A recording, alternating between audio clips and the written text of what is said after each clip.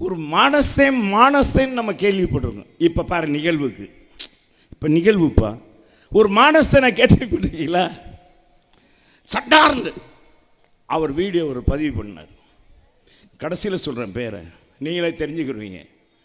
என்ன செய்வார், ஒரு டிவியில் ஒரு சட்டார்னு ஒரு கையில் இருக்க எடுத்து இந்த ரிமோட் எடுத்து உடைப்பார்.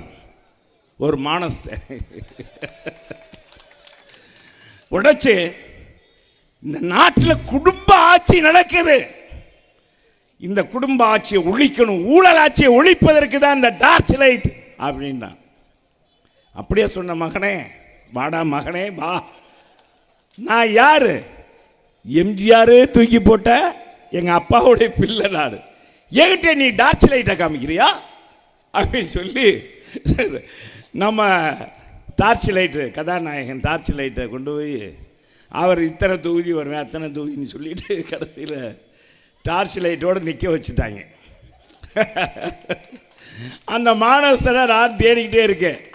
அவர் பேசுகிற வீடியோலாம் பார்த்தீங்கன்னா நீங்கள் தெரியும். ஏப்பா சத்தியன் பார்த்துருப்பீங்களே, ஆனால் வைரலாக வருதா விடுவார். இப்படியெல்லாம் மானவஸ்தை அந்த கட்சியை பார்த்தா இப்படி சில பேர் இந்த நாட்டை காப்பாற்றுறேன்றாங்க. ஒன்றும் இல்லை.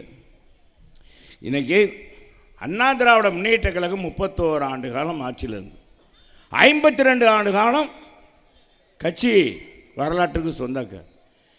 இந்த கட்சியை நாங்கள் என்னடா அடிமையாடா, என்ன கருப்பு கொடைக்கு பதில் வெள்ளை கொடை பிடிச்சவனை எவனாச்சும் பார்த்துருக்கோமா? எவனாச்சும் பார்த்துருக்கீங்களா? இந்தியாவில் எத்தனை மாநிலங்கள் இருக்கு? கோபேக் மோடி அப்போ எதிர்கட்சியாக இருக்கும்போது அதே சொன்ன வாய் அன்னைக்கு எந்த வாய்? அப்புறம் வெல்கம் மோடின்னு சொல்லிட்டு கருப்பு கொடையை பிடிச்சா ஏதாச்சும் நினச்சிக்குவார். வெள்ளை கொடையை பிடிச்சவன் தான் நம்ம ஸ்டாலின், நம்ம கலைஞருடைய பிள்ளை மு.க. ஸ்டாலின், அந்த உதயநிதி, அந்த குடும்பம். ஆக இந்த கூட்டம் இன்னைக்கு கம்யூனிஸ்ட் இன்னைக்கு கூட்டணி, பல கட்சிகள் கூட்டணி வைத்திருக்காங்க. நான் கேட்குறேன், அன்பான சகோதரர்களே, தாய்மார்கள் இங்கே இருக்கீங்க, பரதானிஞ்ச தாய்மார்கள் இருக்கிறீங்க, அன்பு சகோதரர் திருமாவளவன் எதுக்காக கட்சி நடத்துகிறாரு? நான் கேட்கிறேன் சகோதரர்களே, நீதிமான்களே, கண்ணகி நீதி கேட்ட இந்த மண்ணில் நான் கேட்கிறேன், எதுக்காக திருமாவளவன் இன்னைக்கு கட்சி நடத்துறீங்க? சிறுபான்மை பட்டியலின மக்களுக்கு உரிய மரியாதை கிடைக்க வேண்டும், சமுதாயம் கிடைக்க வேண்டும் என்றீங்க.